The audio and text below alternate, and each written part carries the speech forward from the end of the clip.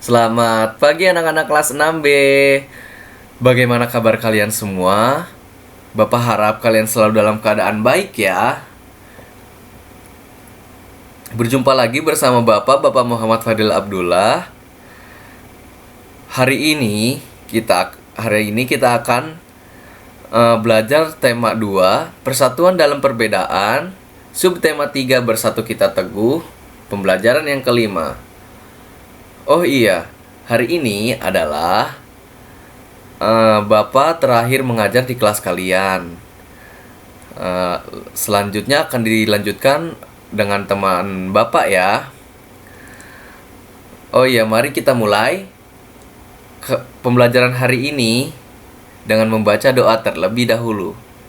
Berdoa menurut kepercayaan dan agamanya masing-masing. Berdoa dimulai.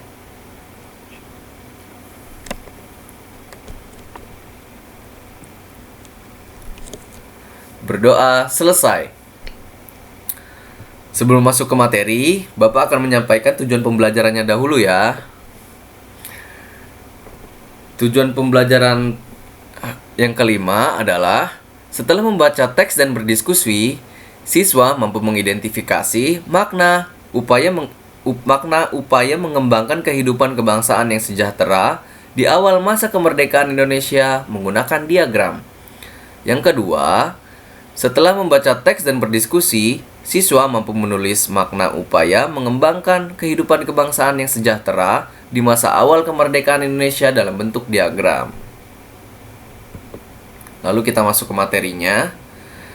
Upaya bangsa Indonesia meningkatkan kesejahteraan rakyat di awal masa kemerdekaan Indonesia. Pada awal berdirinya Republik Indonesia, keadaan ekonomi di Indonesia sangat buruk. Hal ini disebabkan oleh berbagai hal, di antaranya harga barang-barang mahal akibat inflasi dan adanya blokade ekonomi oleh Belanda atau N1CA. Berbagai upaya dilakukan oleh pemerintah beserta rakyat untuk meningkatkan kesejahteraan. Di antaranya, pada awal kemerdekaan, pemerintah dan rakyat Indonesia belum sempat melakukan perbaikan ekonomi secara baik. Baru bulan Februari 1946, pemerintah mulai memprakarsai usaha untuk memecahkan masalah-masalah ekonomi yang mendesak. Upaya-upaya tersebut meliputi pinjaman nasional.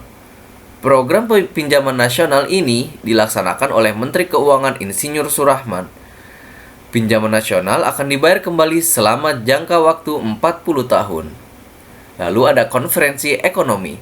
Konferensi ekonomi dihadiri oleh para cendekiawan, para gubernur, dan para pejabat lainnya yang bertanggung jawab langsung mengenai masalah ekonomi di Jawa.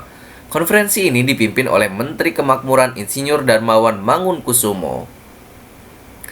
Tujuan konferensi ini yaitu untuk memperoleh kesepakatan yang bulat dalam menanggulangi masalah-masalah ekonomi yang mendesak, seperti masalah produksi dan distribusi makanan, sandang, serta status dan administrasi perkebunan. Pembentukan Badan Perancang Ekonomi. Pembentukan badan ini atas inisiatif Menteri Kemakmuran Dr. A.K. Ghani. Badan ini merupakan badan tetap yang bertugas membuat rencana pembangunan ekonomi untuk jangka waktu 2-3 tahun. Lalu ada Rencana Kasimo atau Kasimo Plan.